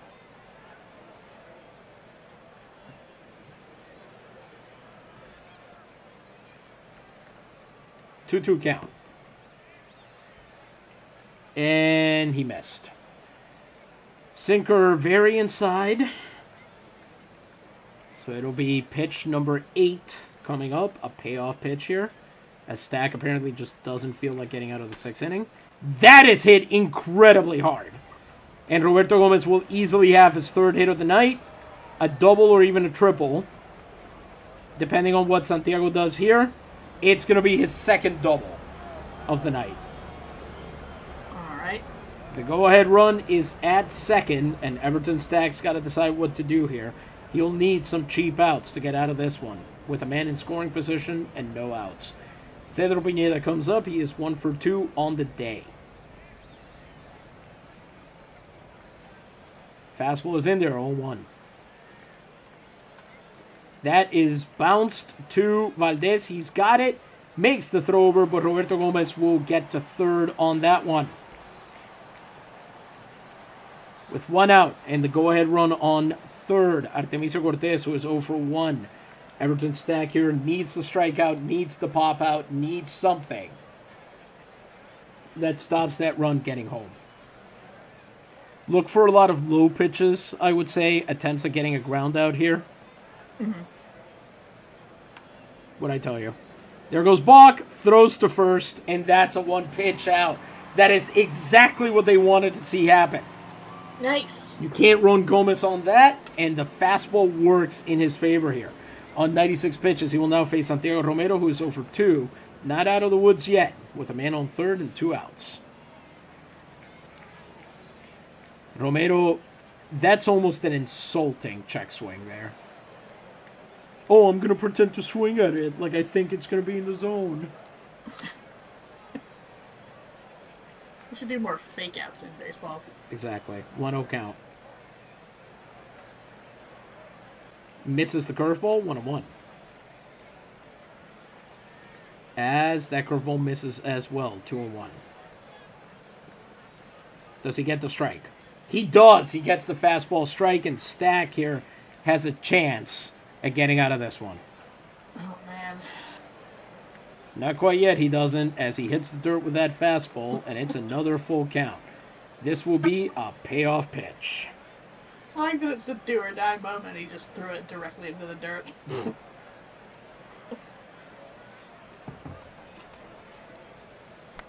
Oh, all right. Extends the at bat as he fouls it straight back. Here we go. Here we go again. Got him! Whoa! Everton Stack. Fans 9 over 6 innings. The Murciélagos get a hit and nothing else. I think we're gonna check this. I think he has literally ended every inning with a strikeout. First inning, 2nd inning, 3rd inning, first one that was looking, not swinging. No, he ended the 4th inning with a flyout. Yeah. We're in the bottom of the 6th. Ham Underwood will be leading it off. He's 0 for 1 against Damián Medina, who is through 5 innings on 61 pitches. He's allowed 2 hits, has 2 walks, and 4 strikeouts. Come on, Ham. Makes late contact on that changeup. Sends it foul. 0-1. Lifts that one into the audience. Man, he is eager tonight. He fouls off the splitter, too. He just wants to get back to the way he was in the early playoffs, where he was just hitting balls all over the field. Mm-hmm. 2 strikes. Underwood with a base hit. That's going to be a single into middle left. Falls in the third hit for the Navegadores. Now let's see if they can take advantage of his speed here. Feaster will be up. He's 0-2 and struck out back in the fourth. And oh, man. You have the same feeling I do, don't you? I do, yeah. Is someone going to get cocky? Is someone going to be foolish? Here we go. There he goes, and he's going to make it. Underwood steals his 7th base of the postseason and puts himself into scoring position with no outs. 1-0 count on the slider. Here's the thing.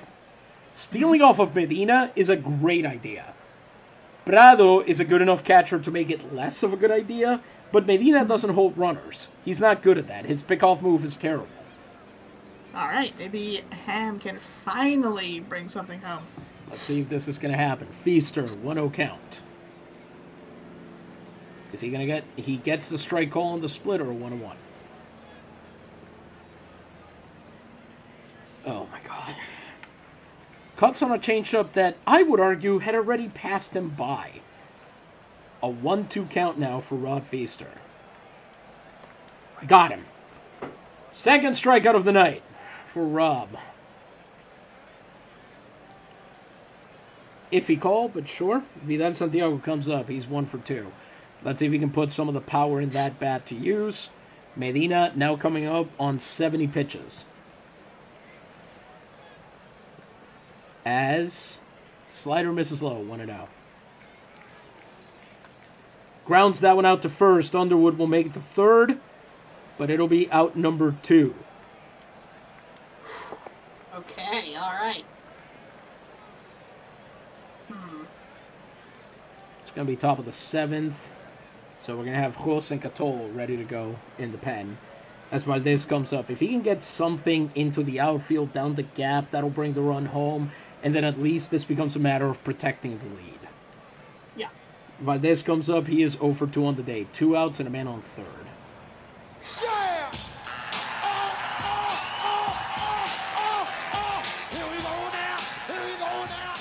As that splitter misses massively low. 1-0. So does that splitter, 2-0. In fact, that one's right on top of the other one. Yeah, you can't even see the difference between them. Amazing. Hits that one fouled down the third baseline. Good attempt at a catch there. 2-1. A sinker that time. Did he miss? He did with the fastball. 3-1. Hits that one hard. Hits that one deep. And it's off the wall in right field. That's going to be down for extra bases. Ham can run home. And Valdez with a long slide at the second.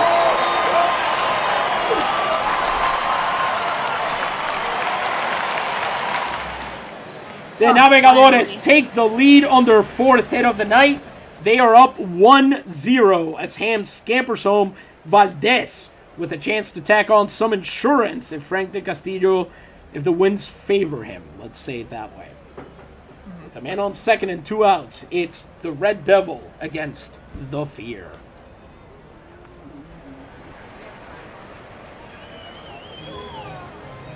That sinker is just barely in the high part of the zone. 0-1. Could you move that mouse pointer, please? As that is going to be a ground out from Frank de Castillo, but the Navegadores finally bring a run home here in the bottom of the 6th. The score is now 1-0 as we head into the bottom of the game, but before we do, we are, of course, going to have another word from one of our wonderful sponsors. Luisa, the booth is yours. Thank you. Folks, I want to tell you about Electric Light SA. And that's the Sociedad Anónima. Sorry if I'm pronouncing that badly. That is the Anonymous Society. It is a 24-hour service. The current continues at low tension. There is no danger. Installation services are available for individual houses, public lighting, fans, and all kinds of engines. Specialty in generators for electric lighting for town centers and haciendas. Constant existence of electrical fuel at prices equal to New York. Care, speed, punctuality. You can have all three. Plus, the materials are some of the best made.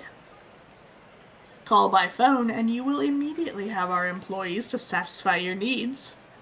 The office is San Justo 9, P.O. Box 475, Jaime Cifre, Administrator. It's an interesting brag, an interesting high point to say the electric fuel will be at prices equal to New York. Nowadays, if someone told you that, you'd wonder, why are you charging me as much as they would charge in a city for something like this? But I don't know. Maybe at the time, that seemed like a very impressive low cost you might get. I would imagine that it being an island and all of the fuel having to be imported, if you were getting the same price as New York, you were getting a pretty good deal. Yeah, that does make sense. I like that there's no danger. That's really emphasized. So Yes. Stop asking about the danger. Do not call and pester our employees with questions about danger. Very important. All right, really, really quickly, I need to, let's see here, just let everybody know that this game is getting real tense. What the hell? Sounds good.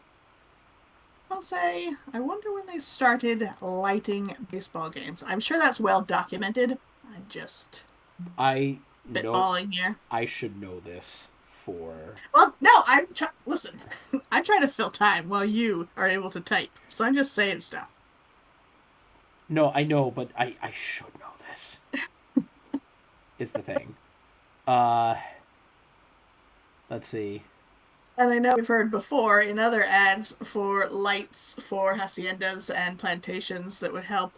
Fruit picking after dark, I think, was one of the uses, which seems strange to me, but I can understand an agricultural need for such a thing. And I wonder if they would have used electric lights like this at that time for that as well. Because before that, I believe it was probably paraffin lamps with like those big reflectors. I don't know.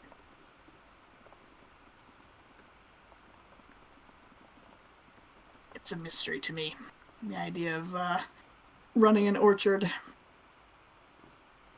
I suppose you don't really call them orchards if they're things like bananas. I was going to say, haciendas are very much a plantation thing.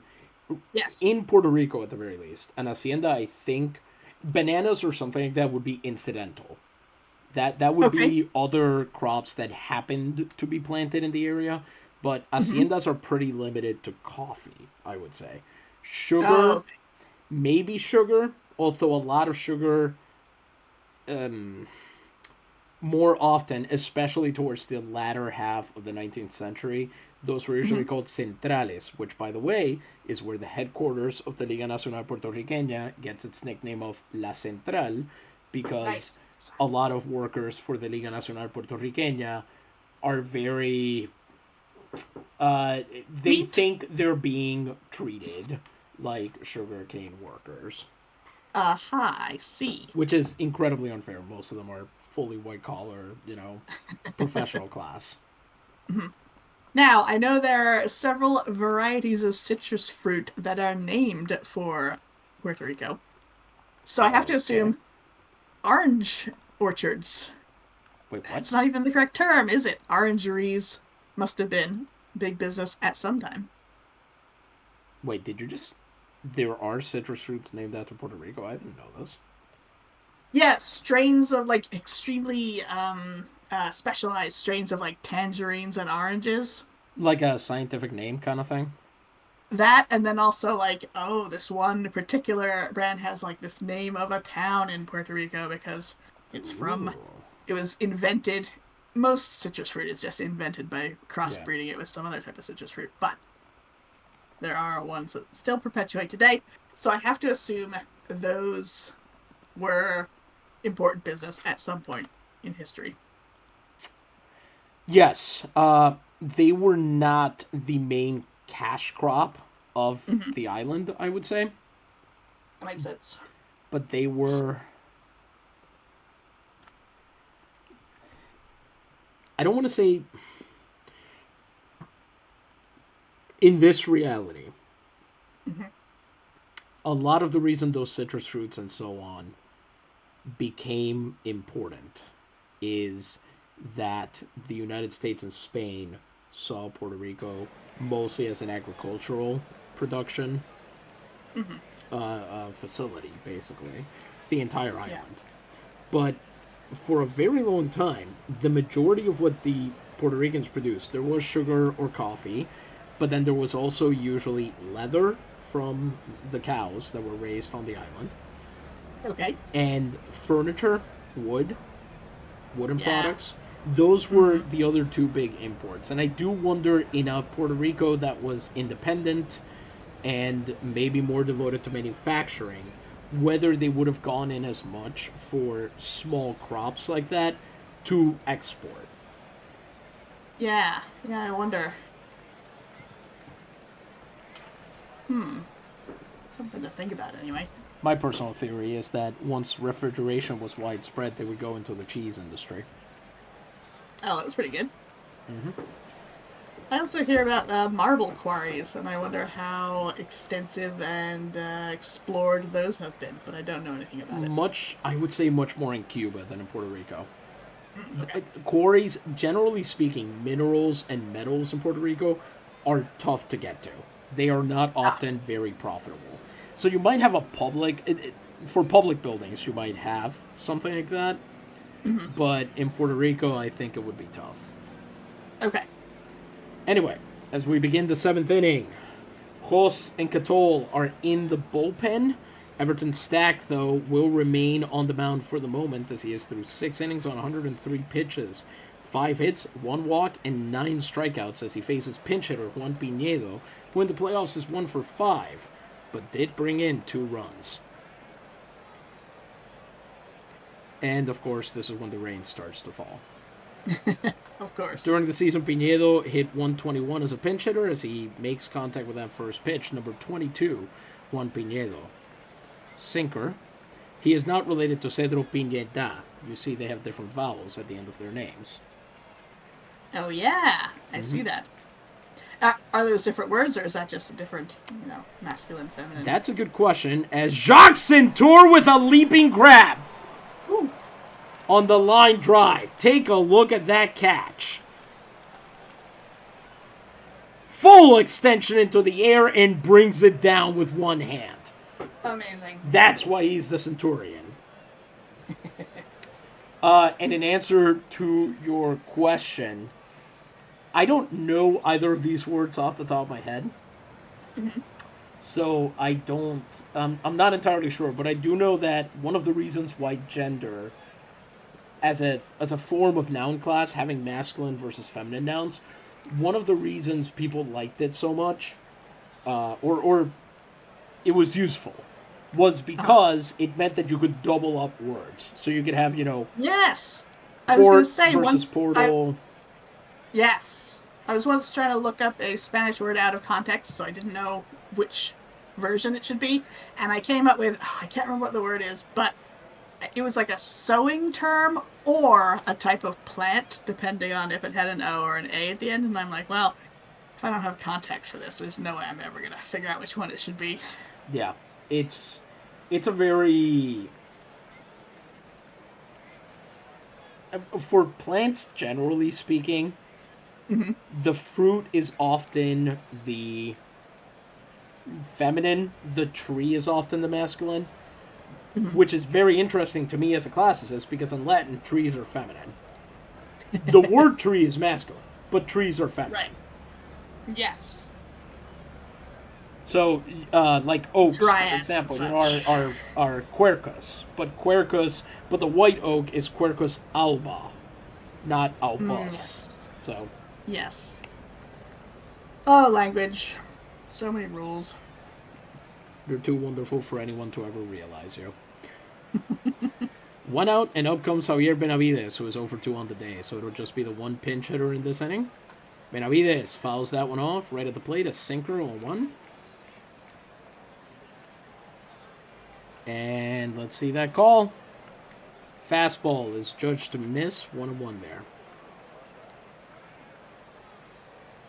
Benavides fouls that one off as well. It's 0-2. A splitter that time. This is almost certainly going to be Stack's last inning. So that's beautiful for him. He gets his 10th strikeout of the night on a swinging strike at a fastball. Very good. And here comes Francisco Prado, the catcher. He's over 2 on the day.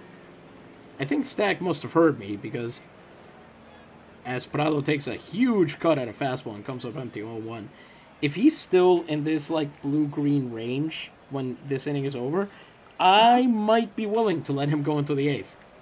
Oh, all right. He's got something to shoot for. Mm-hmm. Called strike on another fastball, 0-2. Let's see what he'll do against Prado here. Knocks that one through. Centur and Feaster, they dive for it, but they can't get to it. That's a base hit. That'll extend the inning and almost certainly mean this is Stack's last. Which the crowd agrees with. Victor Sapien comes up. He is 0-2 on the night. As there's a pickoff attempt from Stack.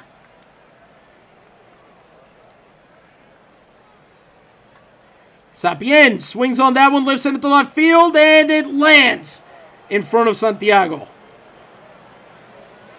2 on with 2 outs. And, oh no. All right. What are you thinking? Now hitting for the Murciélagos de Camuy, number 2, Hercules Parra, who is, I am not kidding, in the playoffs, 4 for 6. What does that mean? He has had 4 hits and 6 at-bats. Aha. He has hit 1 home run, 6 runs batted in, OPS of 1905. Oh, man, so he's dangerous. Yep. Now pitching for the Navegadores de Naguabo, it is going to be number 5, Jack Catol. This is his first appearance in this year's playoffs. He did quite well over the course of the regular season, putting up no earned runs in 14 1/3 innings. Let's see if he can get them out of this one. Just in case, we're going to start warming up Anbar and Perez, I guess. Mm-hmm. As let's see here. Parra during the regular season had 7 24 as the slider misses low, 1-0. Swings through the slider, 1-1. Swings through the splitter, 1-2. Forgot to mention, by the way, Catol throws a fastball, slider, and splitter, and I would really love to see one of those splitters land in a K here. Mm-hmm. Cannot tell you how much I want that to happen. Are you kidding? That slider supposedly misses high. 2-2.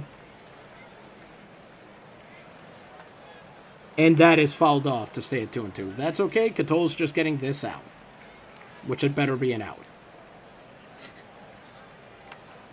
Grounded out to Feaster. Does he hold on? He does! He goes back to the base, and the inning is over. The side is retired. Big Jack Catol. Big Jack pitching. Gets them out of that one unscathed, and we remain through 7 scoreless innings from Naguabo pitching. Damián Medina will be in. Does this organ seem weird to you? It seems very, flourishy tonight. Did somebody forget to tune it? Maybe they just put a little extra stank on it because the game was scoreless for so long. Mm-hmm. They're actually, the organist fell asleep, so they're actually just kind of Yes. working it with all their limbs kind of half. Yeah, I wasn't asleep. Everything's fine. Damián Medina, 6 innings, 77 pitches, 4 hits, an earned run, 2 walks, and 5 strikeouts. He will face the Centurion, who is 1 for 2 on the day. Anbar right now is ready to go, so we'll sit him down until we've got 2 outs. Centaur grounded out back in the fourth on one pitch. And really? Really? We're back to this? These umpires, I'll tell you. 0-1. As he hits that one down the right field line and foul. 0-2. Could be 1-1. But someone decided it was his show tonight. Yeah, get him. Make him feel bad. Telling you. As he fouls that one off as well. Presumably in the direction of the umpire. Just a little message. A little quick message there. I'm actually trying to imagine a French baseball player dealing with an umpire that he hates. I'm trying to think how that would go. Huh. Yeah, I feel like it'd be quite dramatic. Mm-hmm. At some point, he would presumably challenge the umpire to a duel. Didn't we have a player recently, I forget who for what team, but who got so upset by the game that they started stripping off their clothes? I feel like a French player might do something like that. I don't know if a French player would, because they'd presumably be very proud of how they put their uniform together. Yeah. And the answer is it was Herman Long of the St. Louis Browns. St. Louis? I don't know. Okay. Yeah, The trouble is, for trying to think of extravagant sports tantrums, I keep thinking of, who was it who said, I'm having a hard enough time in tennis? This is quite famous. This is from the 80s. So, the decade that I was mostly not alive for. You might have seen this on a sports show, perhaps. I'm having a hard enough time tennis. All right, let's see. Let's see what this is. I'm very excited to find this out. Of course, there are many extravagant tantrums in tennis, so... And, of course, everything I'm getting now is tennis tutorials, because we're all too nice now. Yeah. I mean, it's got to be McEnroe, right? No, this was... Although, McEnroe, yeah, great tantrums from that guy, absolutely. No, this was someone who... His first language was not English, because he might have actually said, I am having hard enough time. And I think he might have been Eastern European. But I am having hard enough time. So is Boris Badenov from Rocky and Bullwinkle? Pretty much, yeah. Nice. I don't think I'm going to be able to find this. Yeah, that's fine. The audience will know what I'm talking about. I would honestly love it if one of you would tell me who this is. The only tennis quote that I remember is from a commentator, and it was about Boris Becker. Okay. And he was saying, there's Boris Becker down there. I wonder what he's thinking. I bet he's thinking, I am Boris Becker. That is a good thing to be thinking. Very existential.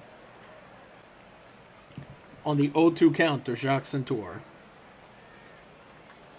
As he swings on that one, and you've got to be kidding me. Another great catch from Roberto Gomez. By the way, I should note that Victor Sapien has moved over to third base. Now at shortstop, it's Cipriano Montiel. And at first base, it's Juan Pinedo. Wally Balk comes up. He's 0 for 1 with a balk walk on the day. 1 out, bases empty. As that fastball is in there, 0-1, a strike at the knees. Balk holds up in time on the high fastball. It's 1-1 now. Swings on that one. It should be an easy ground out to Pinedo. And that'll be out number 2. Medina returning to form a little bit now that he's behind. And up comes Eto'o Shirley, who is 0 for 2 on the day. He's had 2 hits. Actually, that might be 4 hits and 18 at-bats against Medina. Was about to throw pitch number 85. Shirley struck out last time he came up, and again, this time he seems raring to go to start it again as he fouls off that slider down the third baseline, 0-1. Pardon me. Popped him up. Well, he didn't strike out. That's something. And that'll be out number 3. Medina gets through it on 86 pitches. Naguabo gets nothing across on that one. And entering to protect this lead, it's now pitching for the Navegadores and Naguabo, number 10, Kareem Anbar. Jos and Varela will be ready to go. Kareem Anbar, over the playoffs, has thrown 3 innings, allowed 2 hits, 4 strikeouts, a walk, ERA of 0.00. And he's a sinker and slider guy. He will face Roberto Gomez, who is working on a 3-hit night right now. Let's see if he can stop him getting on base. Anbar, a ground ball hitter. Ground ball pitcher, I should say. As he misses with that sinker, just barely, but enough. 1-0.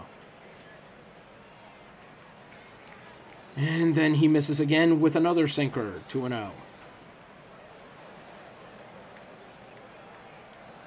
Swings on that one. It's a comebacker to Anbar. He goes, double grips it, throws to Feaster, and sure enough, Kareem Anbar manages the impossible. Roberto Gomez will not make it to first base. Nice. This is Meek Nubber's brother, Polite Nubber. They're a real Goofus and Gallant situation. Up comes Cedro Pineda, who is 1 for 3. 1 out, base is empty. Pineda grounded out to short, and this time, swings and misses right through that sinker. Anbar, a lefty sidearmer, should not be having remotely this kind of success, as Pineda fouls that one off. Maybe he's just an unknown quantity. It sure is. 0-2. Look at how far he ends up from his initial stance when he, pitches. Yeah, really. Slides all the way off the mound. Sinker misses low and inside, 1-2. I think a modern pitching coach would have a conniption with that swing. Yeah. As that is swung on and fouled the other way.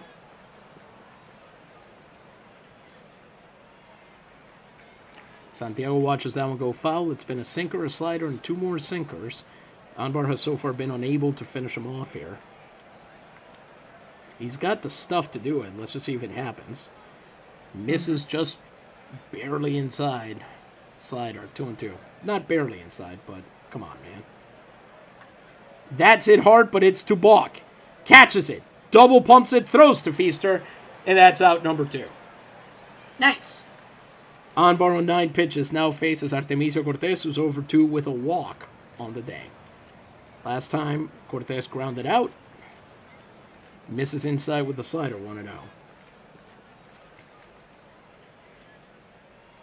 And misses away with the slider, 2-0.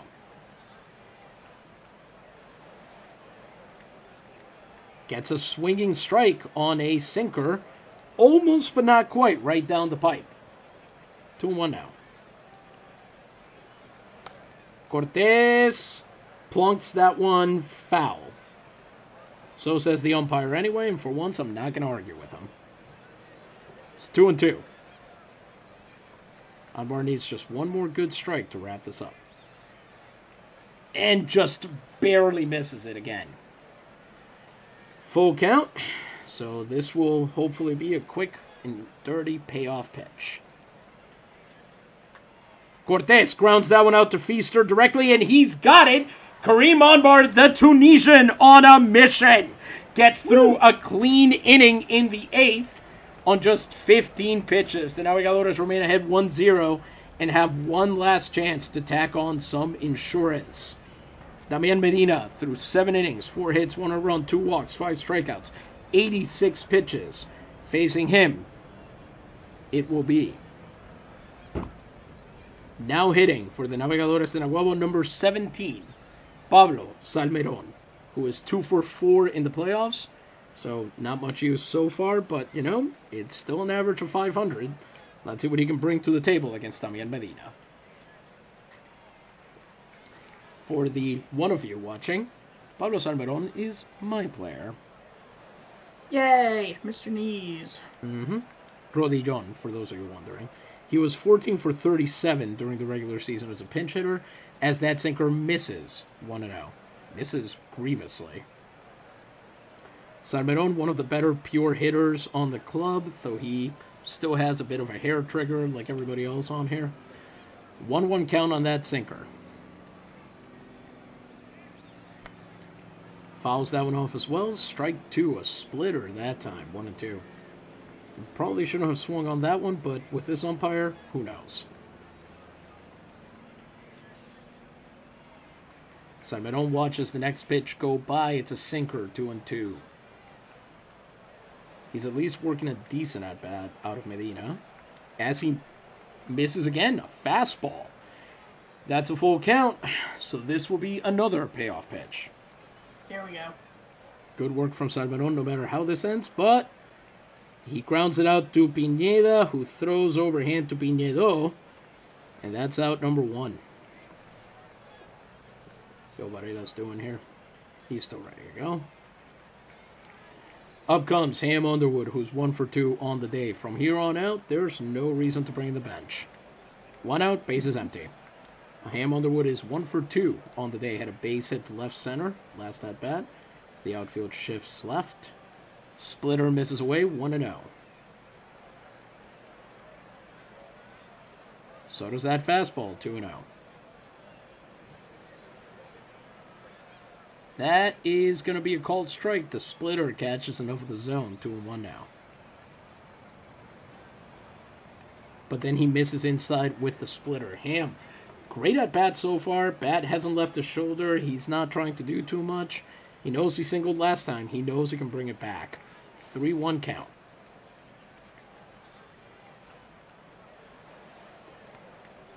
Ham just worked a walk. Wow, all right. The third walk of the game by Medina.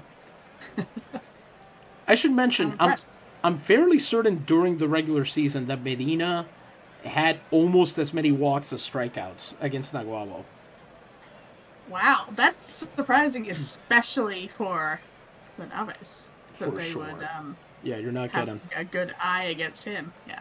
Rob Feaster comes up with a chance to be a hero here with 1 out and a man on first. He is 0 for 3 on the day. Just in case, we're going to make sure Varela's there in case this is a double play. There goes Underwood. Is he going to make it in time? I don't think he will. He's in there! Whoa. Apparently he made it past Montiel on the throw there. Sapien probably would have gotten him out, but Montiel couldn't do it. Amazing. So that's a man in scoring position now, the insurance run, with 1 out and a 1-0 count on Rob Feaster. And Medina, accordingly, sends that sinker in there, 1-1. There's no way. There's no way he's safe on that. And he is not. Oh, come on!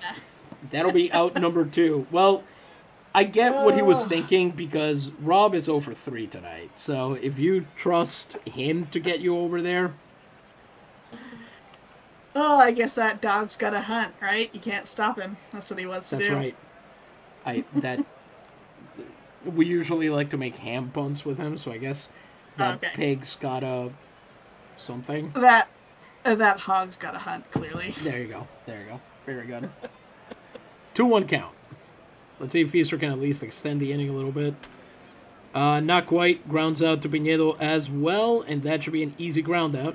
So, nobody said, it's just like they said, anything worth doing is worth doing at the maximum possible tension. Pablo Salmeron now in to catch, and Hector Varela will now be in to close out this game. He will be facing Romero, who is 0 for 3. Varela. Maybe I should have left Anbar in for this part of the lineup. He has pitched 1 inning in the playoffs with 1 hit and 1 strikeout, and he has been one of the best relievers in the league over the past few years, collecting at least 12 saves in each of the past 3 seasons. This year he had an ERA of 0.50, and I'm just going to look at his splits to feel better. Versus lefties, he actually did better during the year, despite the fact that he's supposed to be worse. He didn't give up on a run to a lefty, although admittedly, he also let more of them on base. So we're going to see how this goes. Yeah. Romero is, yeah. He's also a sinker slider guy, and immediately made me regret that decision. Oh, no. Romero's first hit of the night, first pitch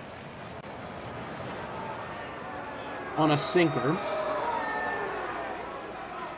And he will face Juan Pinedo. This is actually the most realistic part of the simulator. This is exactly how baseball fans are about relief pitchers.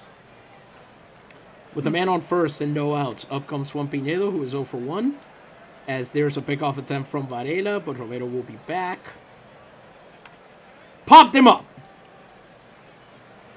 That's a good little out they needed if they can hold on to the damn ball, which they do. Valdez has it, and it's out number 1. All right. Up comes Javier Benavides, who is 0 for 3 on the day. Benavides, let's see here. Slider misses outside, 1-0. Romero has not tried to run yet. Knocks that one to Balk. Balk makes the decision and goes to first. The tying run will be at second. After that one, as Romero is able to advance. And now pinch hitting for the Murciélagos de Camuy, number 9, Jerónimo Peregrino. Jerome the Pilgrim. I have a bad feeling about this. He's 0 for 2 in the playoffs, 1 run batted in. He is a righty, which is where Varela shines. So, let's see what's going to happen here. He only had 59 at-bats with runners in scoring position, but he hit 373 in those.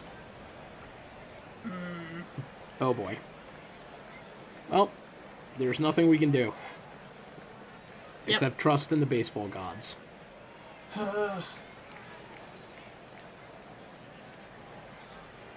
Misses inside with a slider, 1-0. Gets the strike on the second slider, 1-1 here. Okay. Swung on, and that should be foul right there in the corner. Varela needs one more strike to wrap this up. I'm sweating it. Goes for it, and he got him looking! Peregrino checks his swing, and he is rung up. Varela gets his first strikeout of the night to end the game. Naguabo shuts out Camuy and leads the Serie Interdivisional 1-0. Wow. Wow. What a tense game. Yeah, for a game that ended 1-0, it was very tense. No multi-hit games from the Navegadores. Vidal, Benji, Jacques, and Ham all had one apiece. Ham, of course, scored the only run of the game. Yay. And stole 2 bases. So as far as an offensive powerhouse goes, he's pretty much it. And drew a walk, I should add. So he improved his batting average and his on-base percentage in the playoffs. Everton Stack gets the tensest win so far for the Navegadores. Pitching 20 outs, 6 2/3 innings, 7 hits, 1 walk to 10 strikeouts over 113 pitches. Reduces his ERA in the playoffs to 0.76. Catol gets a 1-out hold. Karim Anbar, the Tunisian, on a mission. A clean 8th inning, and Hector Varela gets his second save of the playoffs, pitching a 1-hit, 1-strikeout, 8-pitch inning.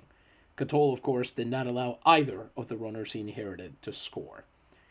Disappointing game if you're a Murciélagos fan. 2 doubles from Roberto Gomez in a 3-hit game. And you couldn't make it happen. Damián Medina pitched his butt off. There's nothing to be said about that. It's his first loss of the playoffs, and you really can't blame him. 8 innings pitched, 4 hits, 1 run, 3 walks, and 5 strikeouts. An ERA of 0.77. These are the games that make a rivalry happen. Yeah, when you see both teams fighting so hard. Exactly. We remember that last time these teams met, John Anderson, for example, was still on the Navegadores roster. Rob Feaster walked the game off. There was all this back and forth between the teams, and you didn't really know who was going to win in the end. It was a pretty wild series, but here we are. The Navegadores with their revamped pitching, their defense. Having somebody like Everton Stack as your number 1 gives you this kind of performance. It lets you have somebody that, sure, they can have a terrible first 3 innings, and then they can nail it down for 3 2/3. Mm-hmm. Truly, an impressive game. Any final thoughts before we let him go? I'm pleasantly surprised the Naves pulled it out. They really made me sweat it, but in this very hard-fought game, they did a good job. It's very exciting to see the Navegadores be this kind of scrappy. Mm-hmm. They were front runners for 1902 and 1903. If they thought they could beat a team, then they would romp all over them. And it was all other teams could do to catch up. This year, we've seen the Navegadores kind of buckle down and say, we're going to focus on preventing our opponents from scoring runs so that we only have to score the one. And that, in the 1900s, is very much a winning mindset. Yeah. Well, ideally, we will be back next week with the pennant championship, or maybe even the national championship, depending on which team we draw. But that'll be next week. Until then, this has been, as always, Isidro Montalvo Espinosa, broadcast coordinator for Liga Nacional Puertorriqueña en Vivo. Gente, buenas noches. Gracias.